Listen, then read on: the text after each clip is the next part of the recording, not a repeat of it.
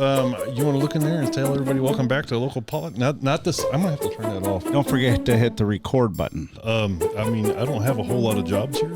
Well, can you see my fancy polo here? There you go. Yep. Hi, everybody. How you been? So, welcome back to local politics. The Kevin show. Yeah, Kevin had us. So, man, it's kind of been weird. We haven't been in the studio for a politics show, I think, since we did the Cibolo election where we had the 5 mayors. Bear Gouldsby we had. Oh, yeah, that's right. We did the Judson bond election, too. That went through, right? Yeah, I'm going to give everybody an update on that. But, you know, the first thing, Jason, great job on the studio, man. It looks great in here. There's a lot of lights and... man, you put in a whole lot of time on this studio. You guys I may or may not have been told once upon a time that I am a little bit of a perfectionist. Yeah, and can you back the camera away from me a little bit? It's kind of close, but that's all right. As long as everybody can see the logo, there you go. So let's go over election results. Let's jump right into it because we do have a guest with us today, Councilman Mark Allen, who's in the Cibolo Mayor runoff. So I know everybody wants to hear from him, but let's go over the election results.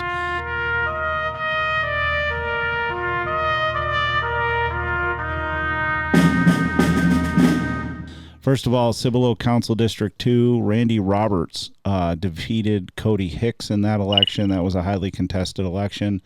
There was probably a sign in every yard in that district, I think. Congratulations to Randy Roberts. I'd like to have him come on sometime once he gets settled in. I've never met him, so I'm excited to meet him. District 3. Who did he go against? Cody Hicks. And that's Joel Hicks' son, right? Joel Hicks' son. And by the way, as long as we're starting this, I do want to say that Melvin Hicks passed away, Joel's dad. And I want to give my best to my friend Joel Hicks. I may not always agree with him politically, but he and I are friends. And, man, he was quite a person in Cibolo, and we'll our prayers and stuff for the Hicks family and all that, and we'll let Mark speak on that when he gets a chance to talk here in just a minute. So, going on, District 3, Robert Mahoney defeated Charles Rupert. I know Robert because I worked on a campaign with him for Ed Cabrera. Mm-hmm. Robert's a former police officer from up in the Dallas area, really nice guy. Look forward to see how he operates from the dais. And then, of course, for the mayor race, and the reason we're here, we have Mark Allen is in a runoff with Summer Marie Brown. So there was 5 people. We're down to 2. And then moving over to the city of Schertz, Tiffany Gibson ended up in a runoff with Michelle Watson. And so those two will be going head-to-head for their election.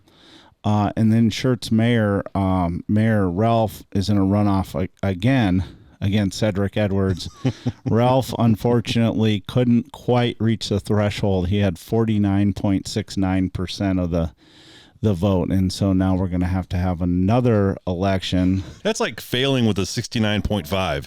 And then very exciting, the voters in the Judson School District, and I I looked up some of the numbers. The bond passed was 60%, both props A and B. So they decided to fund the police there in the Judson School District and pay Schools for some security. Yeah, that was a big deal. That was a really eye-opening conversation we had with Bear. It was eye-opening for me.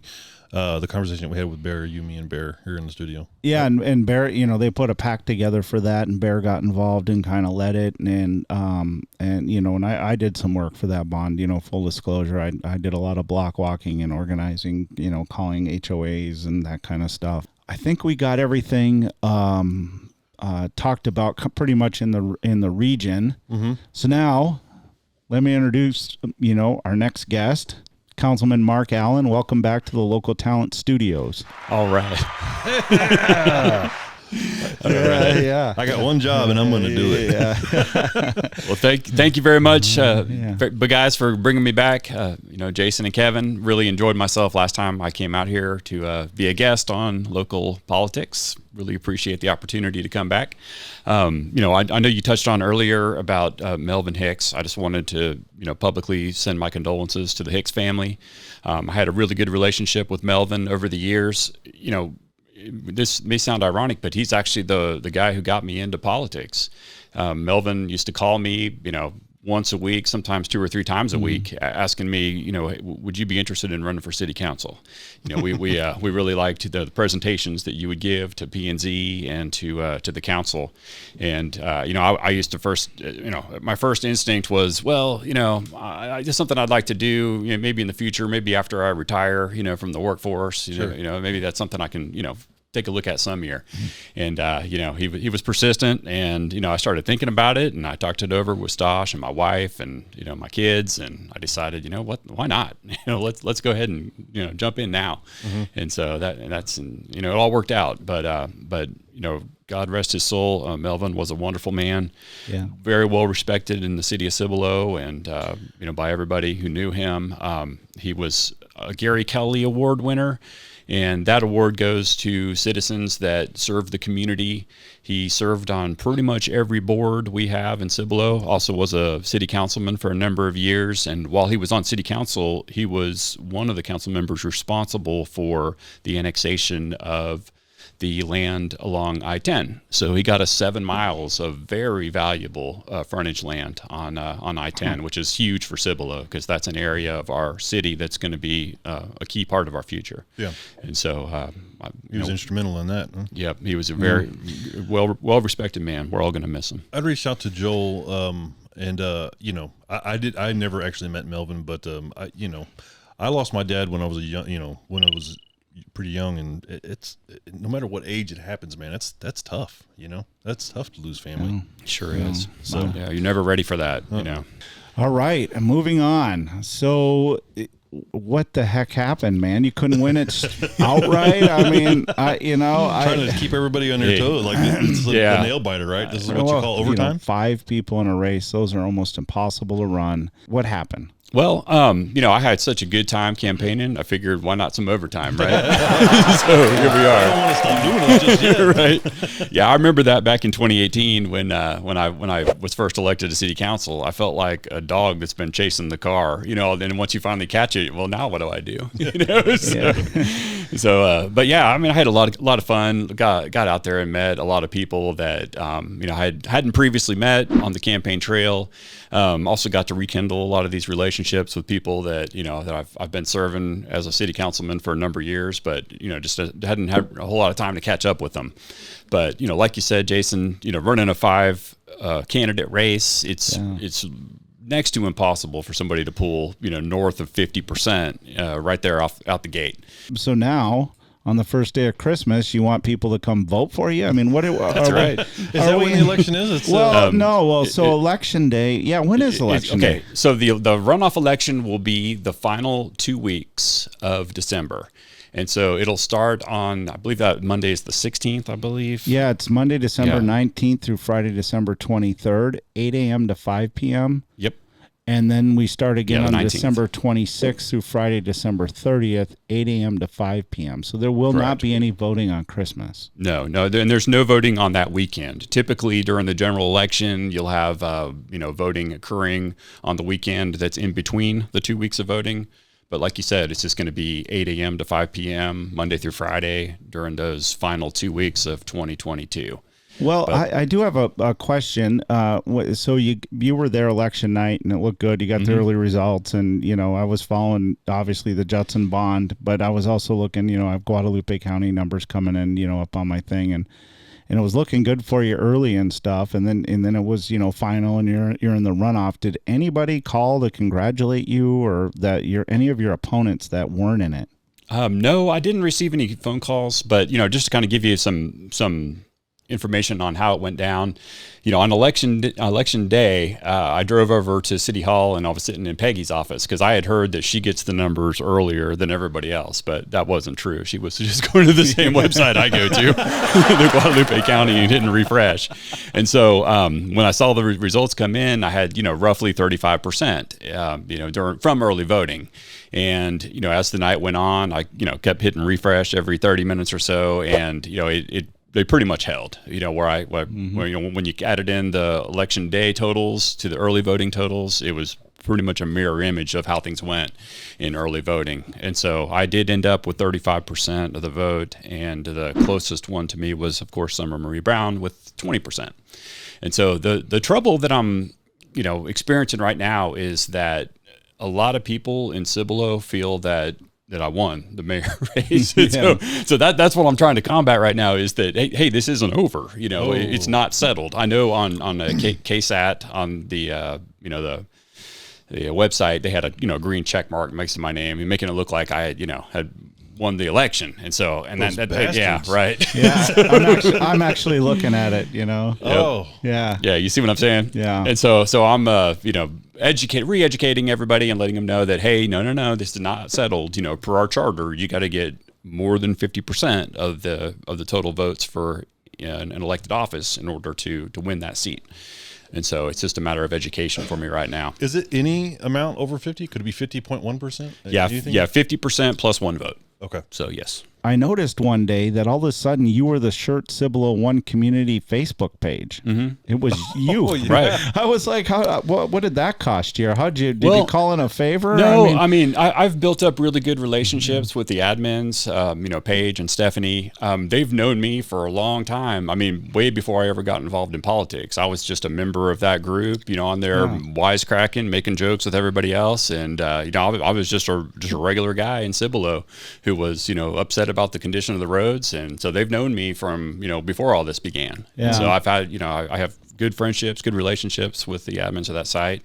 And so that's some good support to have. That page is huge. But none of your opponents called you to, hey, good race, congratulations, I'm supporting you in the runoff, or, do you need some help, or none of that? No, I didn't receive any phone calls. I did reach out to Terry Hines the following day, and I did speak with him on the phone. Okay, I was able to get his cell phone number by messaging him on Facebook Messenger. And so he was willing to speak with me, had about, good conversation, maybe 30 minutes to an hour. And what I was interested in learning from Terry was, what is most important to his supporters, the people that were voted for him? And his response to that was that old Cibolo, mainly people that live in the downtown area that have been here for a long time, he said that those voters are very concerned about people with good character, serving in the mayor's seat or in the city council seats. And so I found that, a good answer. And, sure. And, And also, that's a good sport. He could have just said, you know what? Those are my supporters. Figure it out. I always have my opponent's phone number in my phone. Just in case, it's a habit of mine. And, and if I lose, I'm going to call them and concede. And, that's, it's a formality. And you told me that you always sign up to all these pornographic newsletters with their phone number. That's what you said when you lose to somebody. You got to put their. Yeah. So that's good though. You had a pretty good conversation with Terry. I did. Yeah, I'm actually going to be meeting him for lunch tomorrow as a follow up. So that way we're going to go to Catalano's in downtown Cibolo, support a Cibolo business, and anticipate having another good conversation. And of course, I'll be asking. We need to send the paparazzi to let everybody know that we'll do a Facebook Live. Hey, look, Terry Hines is sitting here with. They're going to show up with their decibel meters. It's during the day. It's just lunch. All right. Anyway, sorry. But yeah, to expand on that, other than that, I did reach out to Kara that same day, and unfortunately, she was busy packing up her mother's house with her sibling because she had a death in the family as well. Her mother passed away during the campaign, so I'm sure that wasn't easy on her. The last thing she wants to focus on is running a campaign when you're dealing with the death of your mother. So my condolences and sympathy go out to Kara Latimer as well and her family. My question is from Cibolo Mayor Pro Tem Joel Hicks. He wanted to know, and I'm rephrasing this, so, Joel, I'm sorry if I didn't get it exactly right. Being mayor is a big job that requires the mayor to be at multiple events and meetings per week. Can you fulfill that commitment, and how would you overcome scheduling conflicts? Yes, I feel that I can absolutely overcome that. Ever since 2020, I've had the luxury of being able to work from home, remote. Back in March 2020, the company I work for, WellMed, they sent us all home and said, we're going to do our jobs from home. And there were a few attempts to bring us back, but I think the overwhelming majority of the people that work at my company decided that, hey, listen, we're able to effectively do our jobs from home. We're in the IT world, and so we can remote in, and we can hold our meetings on Teams meetings and do what we need to do to get the job done. And so being able to go to meetings and community events during the work week, which for me is 8 a.m. to 5 p.m. Monday through Friday. And so I do have PTO. I've been with the company coming up on 10 years. It'll be 10 years next April. And the longer you're with the company, the more PTO they allocate to you. Each paycheck. So I'll be able to use the proper amount of PTO to be able to attend the community events that happen. Yeah. Well, and too, I can imagine just working from home. You're you're closer to. Obviously you live there in Cibolo, so you're closer to any events as they come up. So yep, exactly. That helps too. Yeah, instead of having to drive from De Zavala and I-10 all the way up to Cibolo for a 2:00 ribbon cutting or something like that. These are just scheduling situations that will come up, and and I've got my director and my VP's blessing as for this mayor role that I'm going down the path on. So I think it'll be fine. Well, good. And just for the record, for our viewers, this wasn't just, for Mark. This was for any candidate that came in. Joel wanted to ask that question. And one of the concerns I had when he asked me, when it came to me, is the first thing is well, one, you have a mayor pro tem, right? And if it's Joel, I mean, he hasn't missed an event in 3 years. I mean, he goes to everything, which is always nice having somebody like that can, I kind of fill that role for Daly a lot, where I'm at these meetings. What does it take to be the pro tem? How does that work? Is that a voted on thing? Well, in Cibolo, we vote on it after every election. And so at the next council meeting, which will be on the 13th, which is the next Tuesday, we're going to vote on who will be the mayor pro tem. Yeah, I mean, at the end of the day, I think it's about representation from the city, right? Mm-hmm. I think we talked with Maggie once upon a time about, I think Ralph was actually saying that. He said that, he was the only one that was showing up to the events, and he was like, hey, am I stepping on toes? And she was like, no, it just, the fact that somebody from the city is here doesn't have to be the mayor, but just the fact that somebody from the city is here, it shows the city that cares. It shows us that the city cares. Right. So, yeah, I mean, I don't think that's unreasonable. But I mean, hell, what do I know? I'm not a politician. When you become mayor, that comes with some powers, right? I mean, you run the meeting. Like correct. Run the meeting. I mean, do you schedule the meetings as well? Are those scheduled by the mayor? I would assume, right? No, our meetings are preset. It's the second and fourth Tuesday of all months, January through October, and then is that by ordinance? Or by is it in your charter or whatever? Yeah, it's in the charter, right? And and then in November and December, we just do one meeting each one of those months. And we did have to do a charter review for that, and it was approved by the voters back in 2018. I guess I'm asking, besides you can shorten the meetings as mayor by just calling for a vote sooner, right? Yes. And, is that going to be, is that something you're looking to try to do, is shorten the meeting time even more? Right. Well, it kind of cut down on the back and forth discussion. I mean, I want to make sure to give every council person an opportunity to speak their mind and talk through, what they're thinking and ask any questions that they need to in order to have all the information they need to vote on a specific ordinance or just just an agenda item in general. Hey, so but since the last time you were in here until now, you've done more campaigning. Yes. You've met, kissing babies and shaking hands. Always. What is, has the message from your constituents changed at all, or have you learned anything new about what is important for your, like you mentioned a minute ago about Terry Hines, and you reached out to him and said, hey, what's important to yours, So is there anything that you learned from the continuing campaign efforts since we saw you last? Well, I mean, I think the concerns for the citizens, the only thing that's really changed much since the last time I was here is that we did get FM 1103 kicked off. And so we have a construction zone going on one of the busiest roads in Cibolo. And so I have heard a lot of concerns from the constituents about the messaging and how we're communicating, road closures, lane closures, things like that. And so that's something that I feel like as a city we can improve upon. And the communications director position is in the process of being filled. Our city manager has interviewed about 5 good candidates, and the role will be filled here soon. And so I think that's something that I can work with that new individual and come up with some good updates to put on the city website. That way we can point the constituents to it. But for the most part, I think that the citizens' concerns are pretty much in line with what my priorities are, which are to fix the roads, to keep our property tax rate low, and to bring some more great businesses to Cibolo. So, what are some of the things that they're complaining about whenever it comes to how the city of Cibolo is communicating the 1103 construction? How does it happen right now that is causing grief for the citizens? Okay, because right now the only information we've had for the citizens is a TxDOT page on their website, which basically just kind of lists the project, and it lists it has some documents for the design of the road, but nothing recent. Sure. And so we need to have recent updates.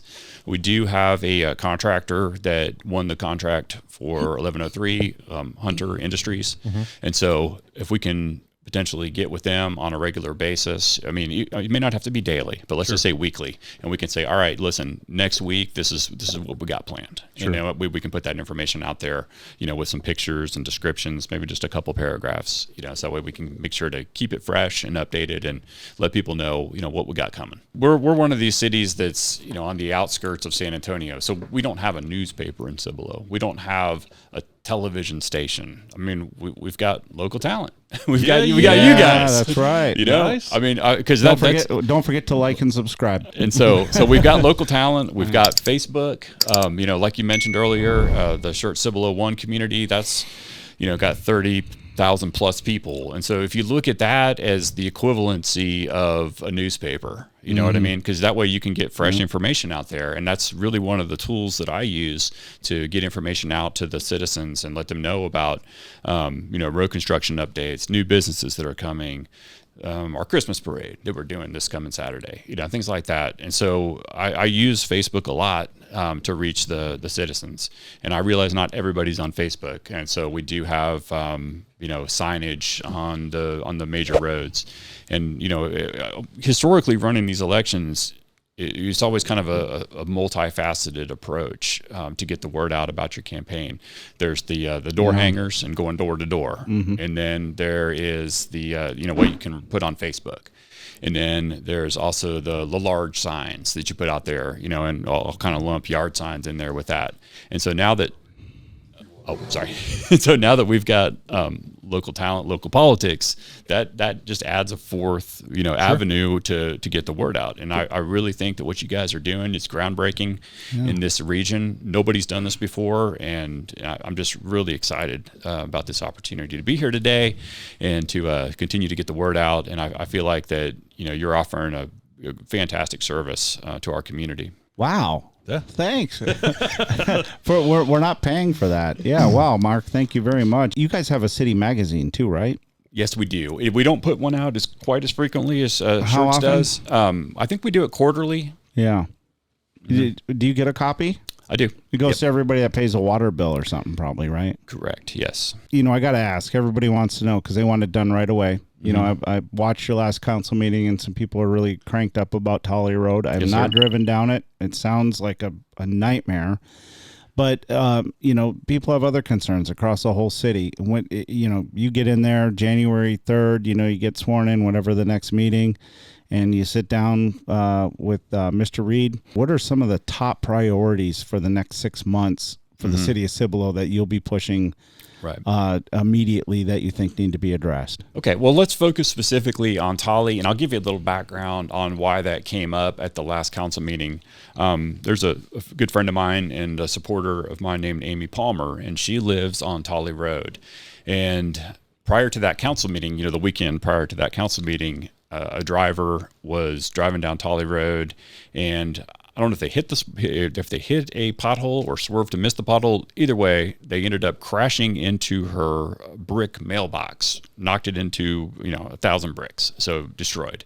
And so Amy contacted Katie, Joel, and I over the weekend and said, send us pictures and just let us know that, hey, look, this Tolle Road, pothole situation is untenable.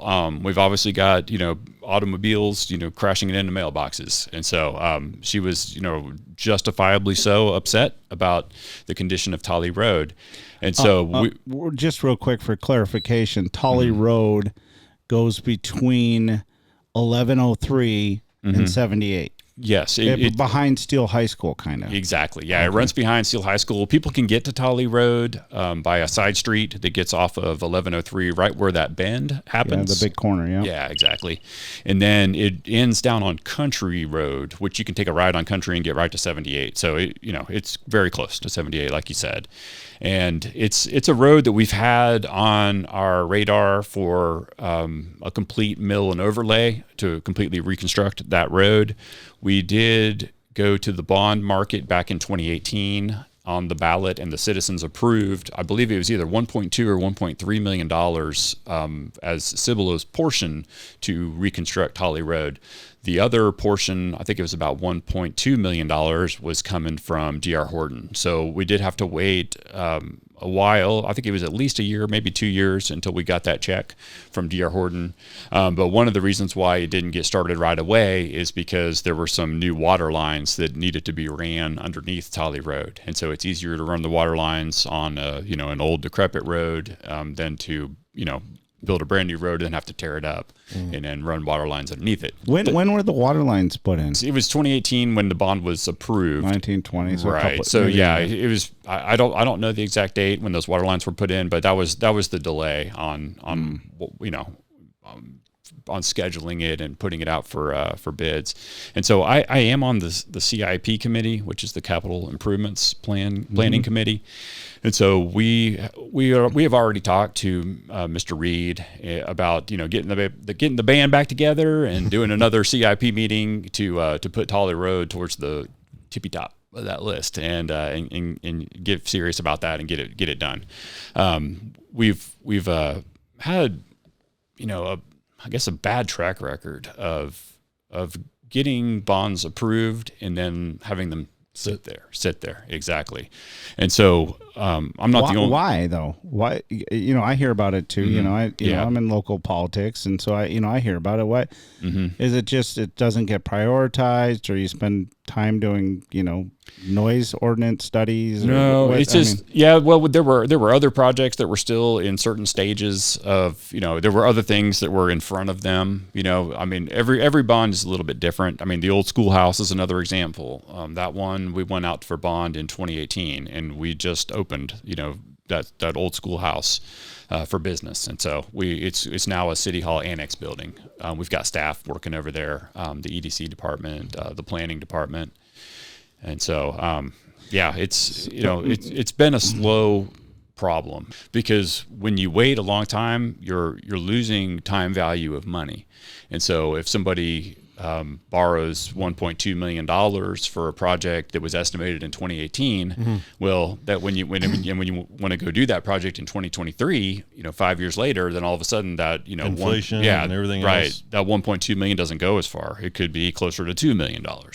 And so therefore we're hurting ourselves. We're shooting ourselves in the foot by waiting so long to get these bonds. With the so how bad is Tolle Road? Obviously, the people that live there, I don't want to diminish what they're saying because there are some passionate people at the Citizens to be heard, but wait, is it like, are they planting trees in the potholes, and is it pretty bad? Yeah, it's in bad shape. I was actually driving it yesterday. I went over there to put a sign up on Amy's gate, and so she was one of the people. I gotta address this real quick.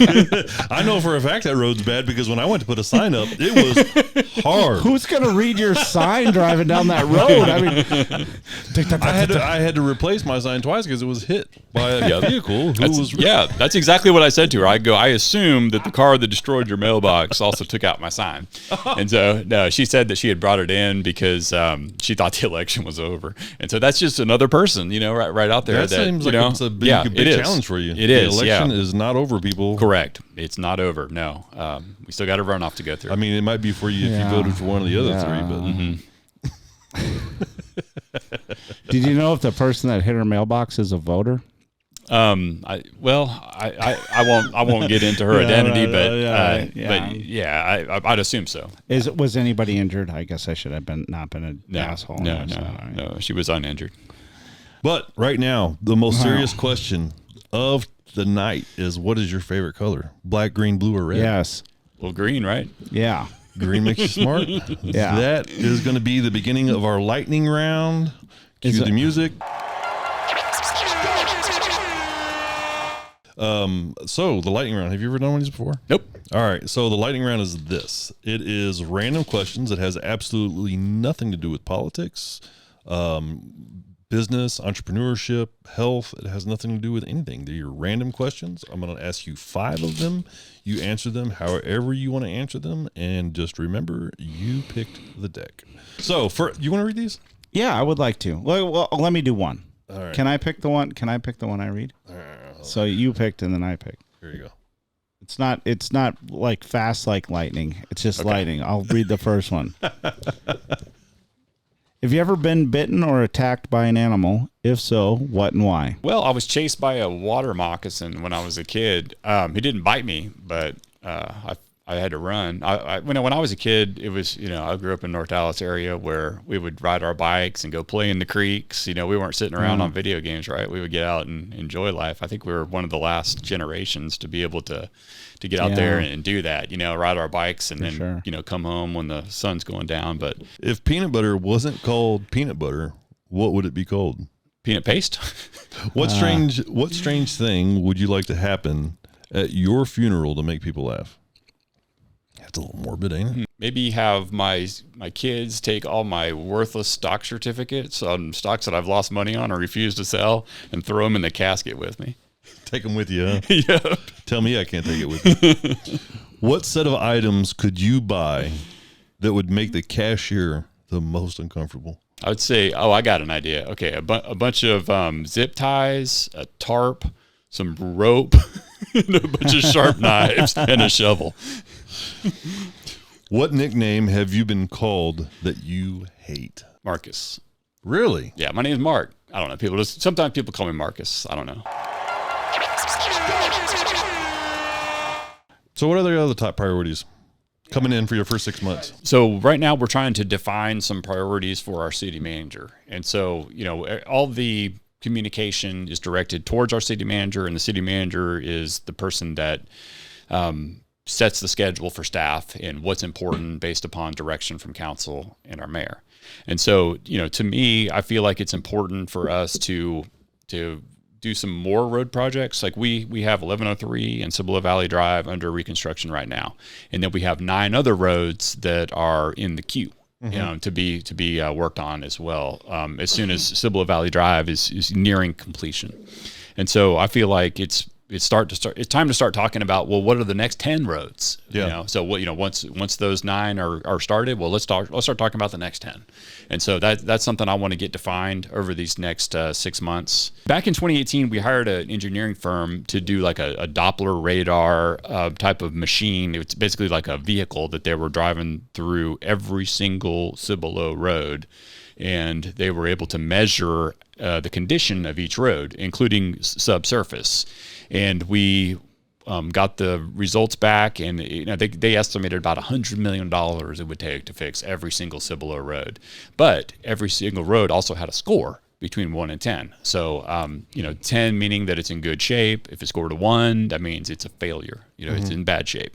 And so we were able to cross-reference that data with the traffic counts. And so to us as a council, it's important to focus on the streets that have poor scores, 1s, 2s, or 3s, but also have a high traffic count. Sure. And so it's important for us to, take a look at, all right, so what's that next 10, and start scheduling those and getting them planned out. And, for the most part, it's going to be roads that get you to Cibolo Valley Drive or get you to 1103. I'm not talking, neighborhood streets. Of course, I mean, we do need to address neighborhood streets. If it's a pothole main or thoroughfares though, that's you could argue that's a life safety issue. Yeah, exactly. If you got people that can't get from A to B, that's terrible. But if a fire truck or if an ambulance can't get through, a main artery in your city, then that's a very good point. Yeah. Very so infrastructure. That seems to be your priority right now. Yeah, and starting these bonds faster too, just like we just talked about. I mean, I'm not the only one who's really concerned about this. We've got several council members that are,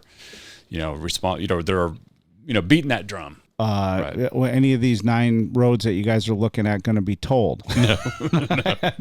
Oh, you're not bringing the toll road back? No toll road. No, but do you feel like, in all seriousness, do you feel like, a lot of time and resource and energy was spent on dealing with that, with the toll road? Yeah, no, that's a fair question. I'm really glad you asked that, because the money that was allocated, at least as far as Cibolo's portion of phase 1 of 1103, which is from I-35 down to Steele High School, the money that was allocated as our portion, I know Schertz paid a portion too, and TxDOT pays for the rest. And so I feel that the money that was allocated, because the Cibolo voters back in 2014 approved that bond for our portion of phase 1 FM 1103. And I feel like it took a really long time to get that project kicked off, because we just, stuck our shovels in the dirt and did the groundbreaking last month. And so I feel like that, here just 2022, right? So we're talking 8 years later. And I do feel that a contributing factor for that slowdown was the discussions surrounding the toll road, because there was a lot of uncertainty there on behalf of TxDOT and the AAMPO, because if the toll road were to have been built, then it would have to connect to 1103 where that bend happens, right? And whenever you do that, you have to get permission from TxDOT. And I've got a feeling that TxDOT wanted the city of Cibolo and potentially Schertz to just take over 1103 and say this is no longer a farm to market road that TxDOT is responsible for funding and maintaining, right? And so I feel like that if that were to have been the direction that Cibolo took, then we would be on the hook to pay for, this phase 1 project that we just broke ground on, which is north of $22 million. Our annual budget is, used to be right around $28 million. It's a little higher now, but obviously we, don't have the money to pay, to do a $22 million project right there. So anyway, Casey Lee, we had this wonderful conversation. Four Rivers Association of Realtors covers 5 counties up in, San Marcos and, coming down this direction. And cause you have Sabor and then the Austin Board of Realtors, and they kind of fill the gap going up into the hill country too. He wanted to know, going on to the other, one of the other issues that you guys discussed at your last council meeting in end of November about the moratorium. And I mentioned that Cibolo was looking into one, and he cringed and was in shock and, had some things to say. And then he said, I have a question for you. You guys can ask on the podcast. And it says, what's the impact on affordability and liability the building moratorium would have had on residents in Cibolo? Livability, affordability, and livability. Yeah, affordability and livability. At the time, we didn't know what was going to happen because you guys hadn't had your presentation when we met with them. So now that's kind of in the past. So why don't you tell us, first of all, what happened in that last meeting, and then you can, what happened at your last, because you guys had this fancy presentation, right? Yep. Yeah. Okay. So I'll give you the, just the executive summary version of what happened with the moratorium. So, we had our attorney take a look at what it would take to do a moratorium. And there was also an engineering firm that took a look at the health and safety factor of, I guess the health and safety within Cibolo. And what I mean by that is like the ability for the fire department to be able to get to a house that's on fire, or for the police to be able to get to, a service call, right? And so it was determined that once we do build the 4th fire station and we're also going to do a police substation out there, and it'll be south of 78, closer to 10.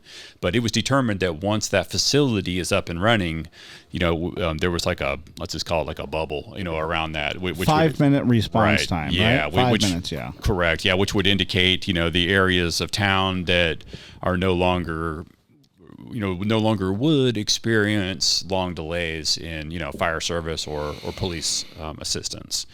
And so there are some things that need to be worked out with GVSUD in the area of most concern, which is between 78 and I-10 in Cibolo. And so there's going to need to be an agreement where we say, okay, we're going to draw a line right down the middle here, and you get this side and we get this side. And so once we come to that sort of agreement with the GVSUD, organization, district, I guess the special utility district, yeah. Correct. Yeah. Once we come to an agreement with them and we're able to make those definitions, and we can get those pipes in the ground and say, okay, this is our territory. So we've got our pipes in the ground going to, the sewage treatment facility. So I'm not in support of a moratorium. I don't think it's good business to do one. I feel like that we already own the land for the 4th fire station and the police substation. It's just a matter of, going out for a bond to build the actual facility. And so I don't feel like that a moratorium is justified at this time. Our attorney came to the same conclusion, and the recommendation from our city attorney was to not do a moratorium. Based on that study, right? On the research they did, Mm-hmm. It would cost, they're going to have to do some things, obviously, to try to keep up with it. But it's a 120-day moratorium, and the way I understood it in the presentation was that at this time there's no, based on the recommendation, I should say, at this time there's no point in having a moratorium because there's not a need for it. But if there is a need, you would have one, and it would be 120 days at a time, and you do it, and then you do it again. Renew it, yeah. You can renew it, yeah. But you guys paid this consultant a lot of money to tell you that you don't need a moratorium, right? Yeah, that's correct. Okay, and then and if there is a moratorium, I think one of the things that is kind of lost is what kind of impact would that have on livability? Well, if you have a moratorium, then you can't build. You won't be issued building permits. Right. For when the moratorium is going on. Moratoriums can also be specific to certain areas of town. So you could do a moratorium for just south of 78 or just in our ETJ, and so you can do those things. But yeah, the impact would be no building. Yeah.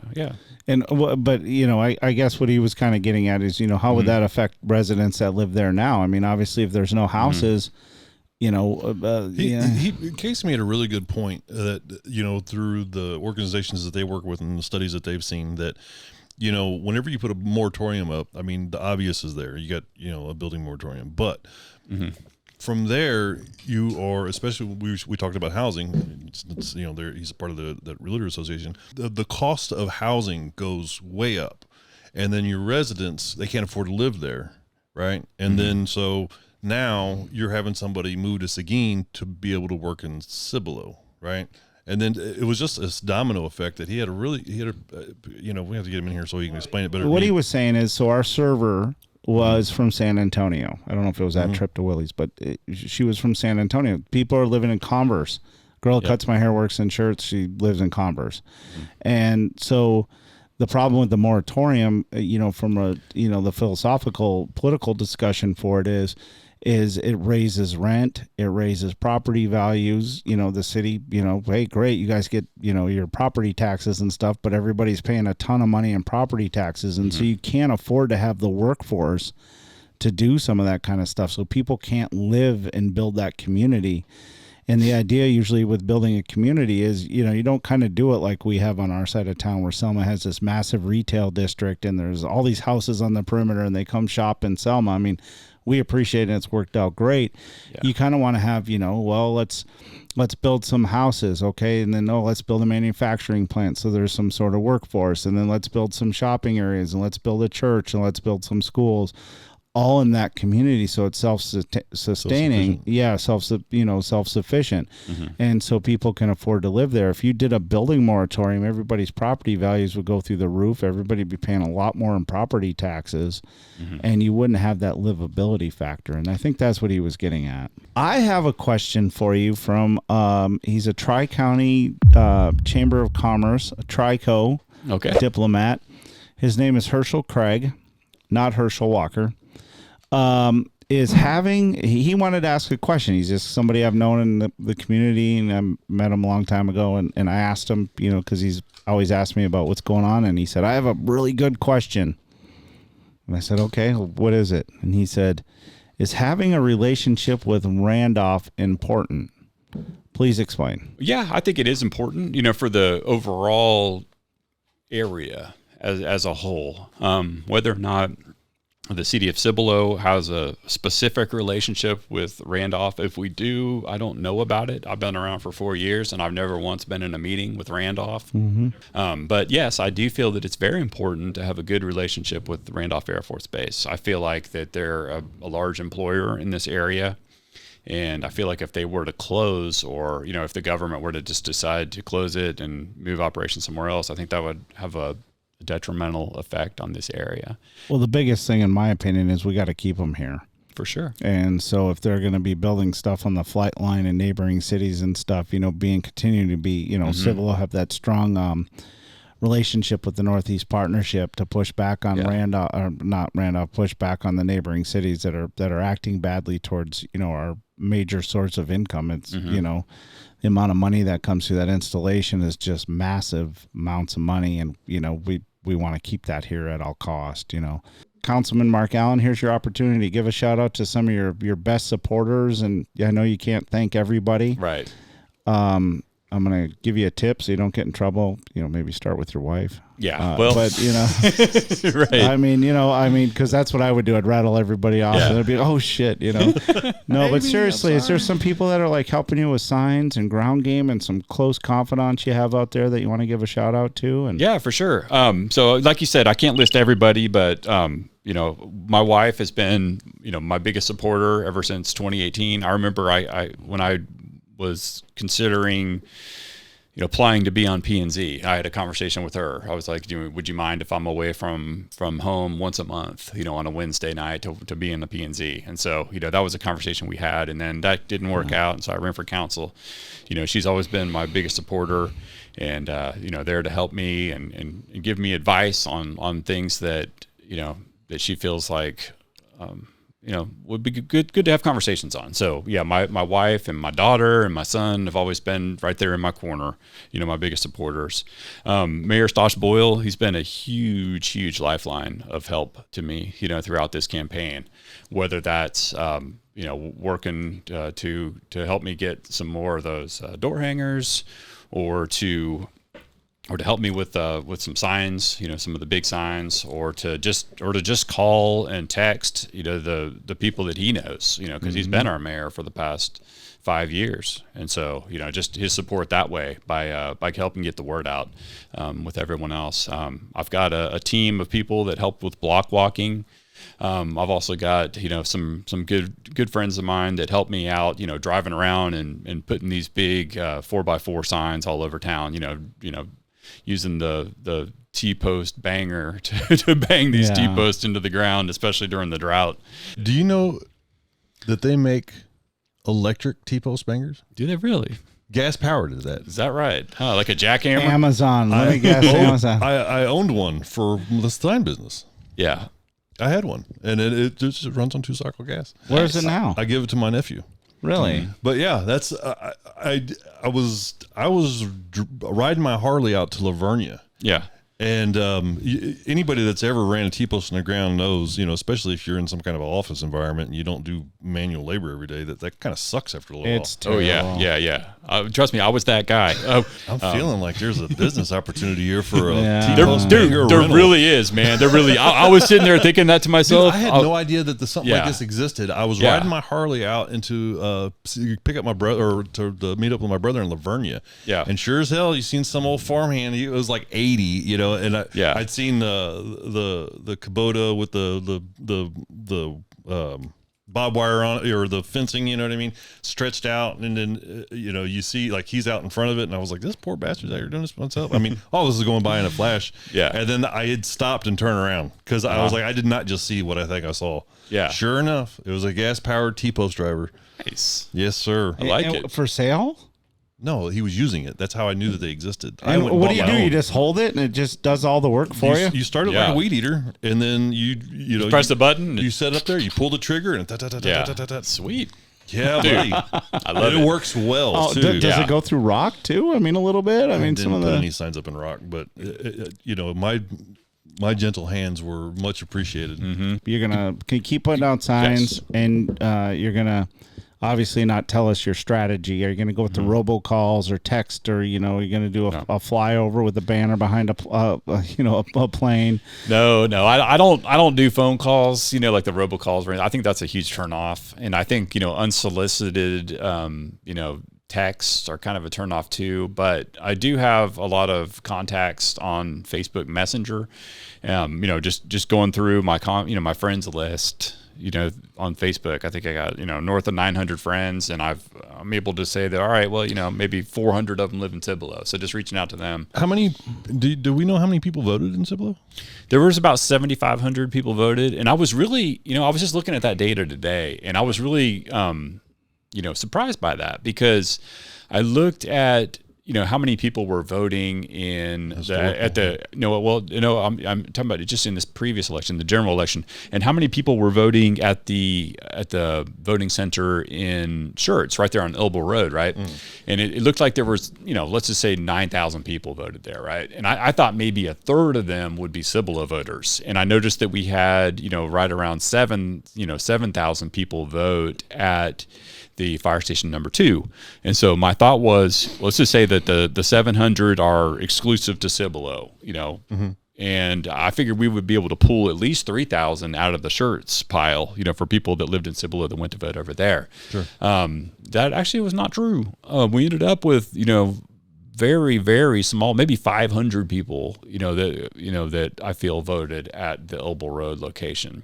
I feel like it was pretty much exclusively people voting at the fire station number 2, which is a little weird because during this runoff election, we're going to share a poll location with the city of Schertz because they've got their runoffs going on. And so we decided to join forces with them. And so the only place that the voters are going to be able to come and vote will be at the Elbow Road location there in Schertz, right there off Elbow, just behind Slim Chickens, right there, near 3009. And so it's going to take an education, a matter of me educating the citizens to go over there and vote during early voting. And on election day, on January 3rd, Cibolo voters must go to the fire station number 2 on Cibolo Valley Drive.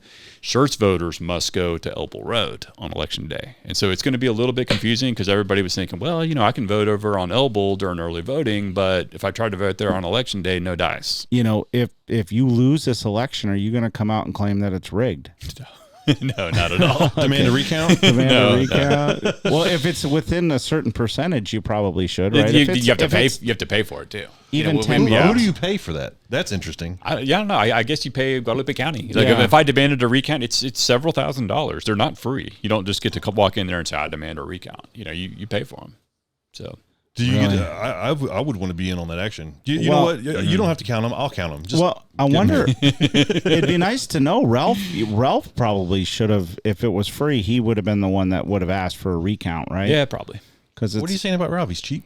Well, no, he's just. I mean, his margin was so close that They could have, he Right. could have called the Secretary of State and said, "Find me, 11 votes or whatever he needed." You know, he'll do some favors for him or whatever. I don't know how that works, but whatever. No. In all seriousness, though, Ralph maybe could have called or called for, he would have had to pay, but he's like, can anybody pay for that recount? yes. Well, now let me. Now I'm being serious. First of all, what time frame do you need to be able to do the recount? Oh, there's all kinds of laws. Okay, my second question. Good job, guys. My second question is if a race like Ralph's. Yeah. Let's say what was it? November 8th was election day. Yeah. And the tallies were November 10th, November 9th. Was everything finalized when? It was. I mean, it wasn't finalized for sure until they certified it. So we canvassed the ballots. So my question rather is, could I, as a citizen, pay for that recount? I don't know the question, but you know who we should get in here? The question is like, if there's a race that close, like, I'm curious because I'm a data nerd, that how accurate our polling is. So with something as close as Ralph's race, depending on how much that stuff costs, I would have been that's huge data for me, because then if they would have came back and said, "Oh yeah, you know what, it looks like Ralph did win," I would be all over. That would be a local politics exclusive. Yeah, well, fraud at the ballot. Dude, you know what they should do? They're like, all right, listen, you got to pay for the recount, but if it turns out you're right, then it's free. Yeah, you know what I mean? Yeah, absolutely. And then who would do the recount on the recount? Well, and it's cheaper. It's cheaper to do a recount than it is to have the whole nother election. Yeah, because elections cost money. Mm-hmm. Well, it's cheaper for the city pays for the elections to the Bexar County or the Guadalupe County Elections Administrator. Right. And in Cibolo, there's only one county that has to administer an election. In Schertz, there's three. So if you're in Schertz, is it Elbow Road, or can you vote in Bexar County somewhere? Nope, it's only in Elbow. I looked at it today. Interesting. Yeah. Yeah. Huh. And that's the one by the post office where you see everybody out there waving and honking and talking. Did you spend any time down on Elbow Road during your last campaign? I did. Remember that day I was telling you about that I went to the school, the meeting with the school board, because I had a meeting right there across the road, and so I figured I'd put in a few hours there at that location.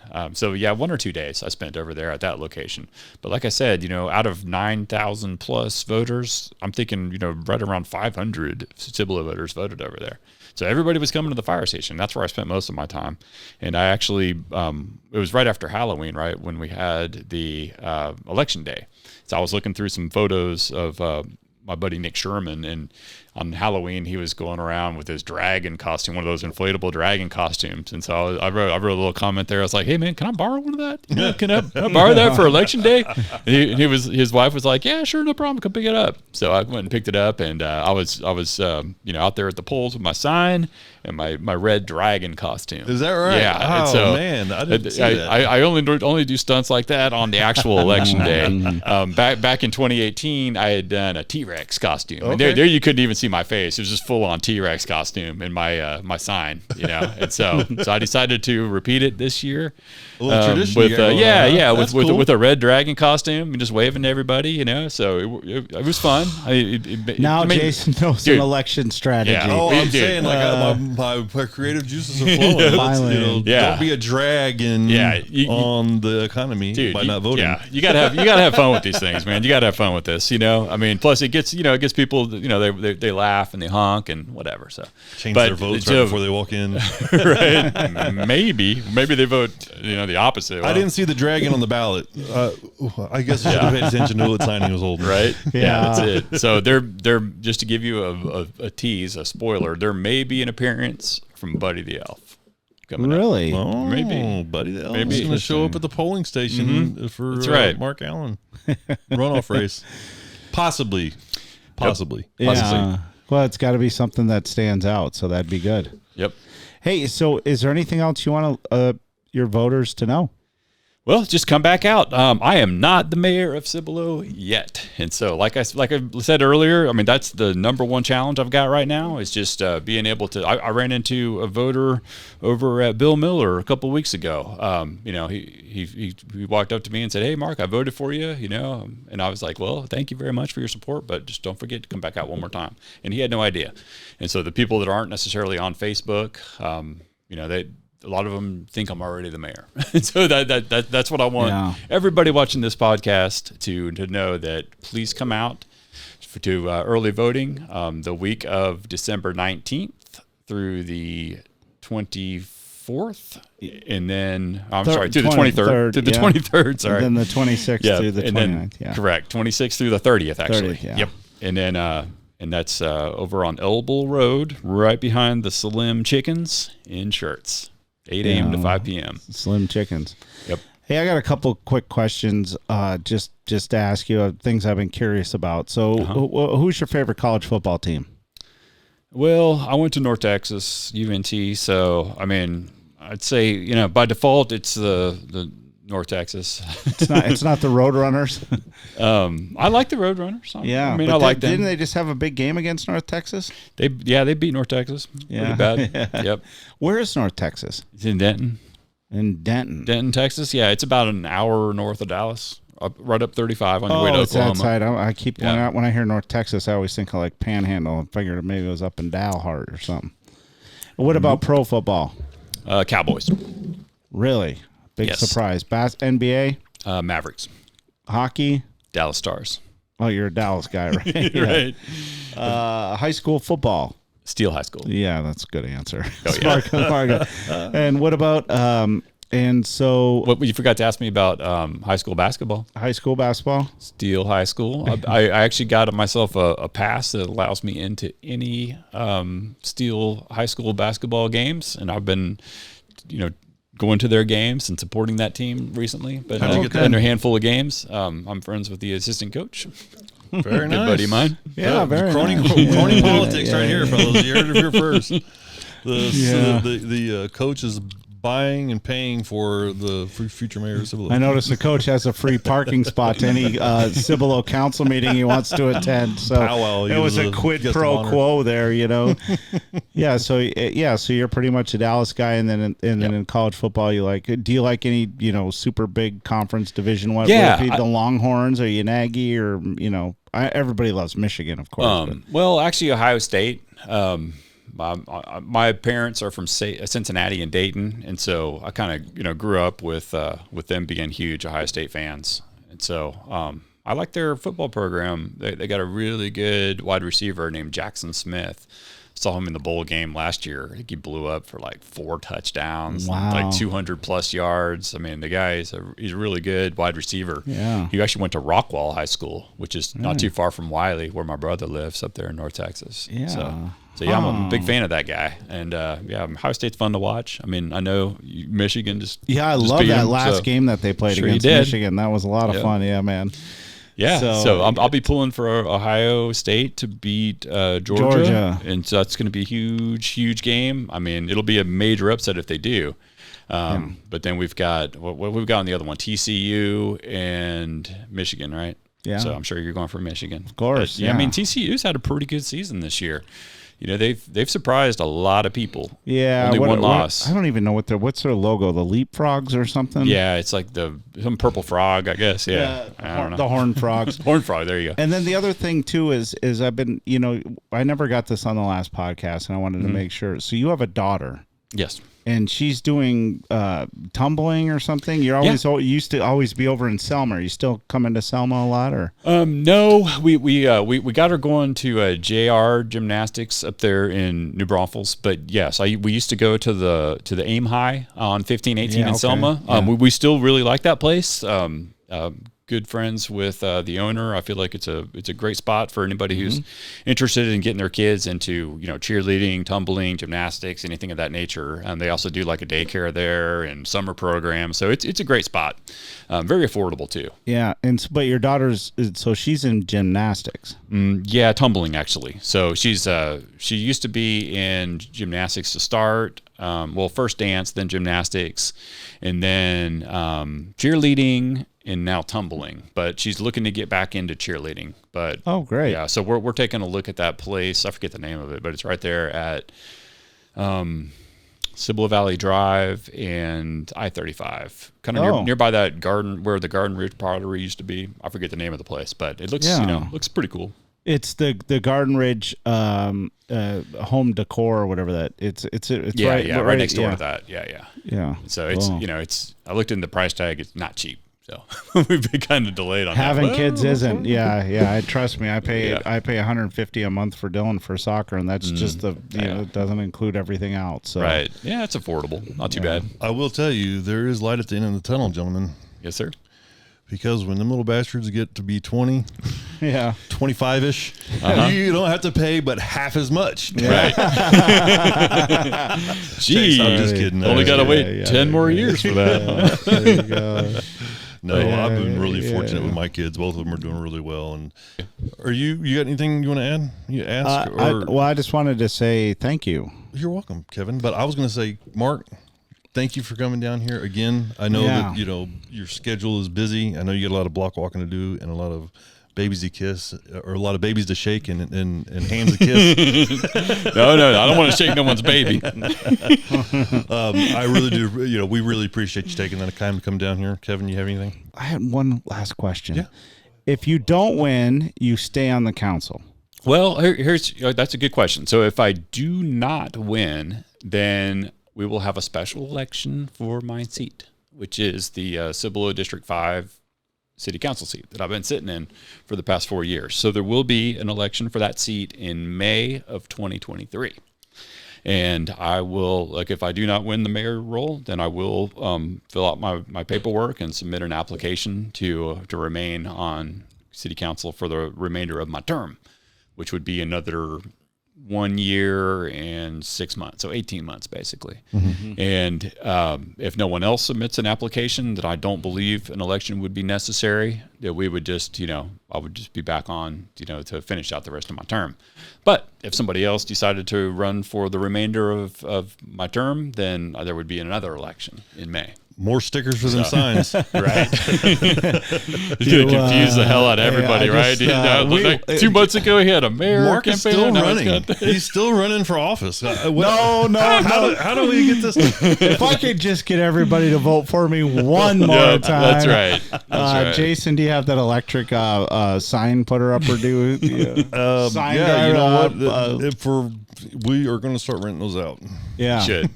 That's a good idea, man. You'll get lots of business from us politicians. Yeah. Folk. Mark, thank you for coming in. Thank you for being here. Thank you for spending some time with Jason and I hope you had a good time. My pleasure. Had a great time. Best of luck on the rest of your campaign. Thank you both.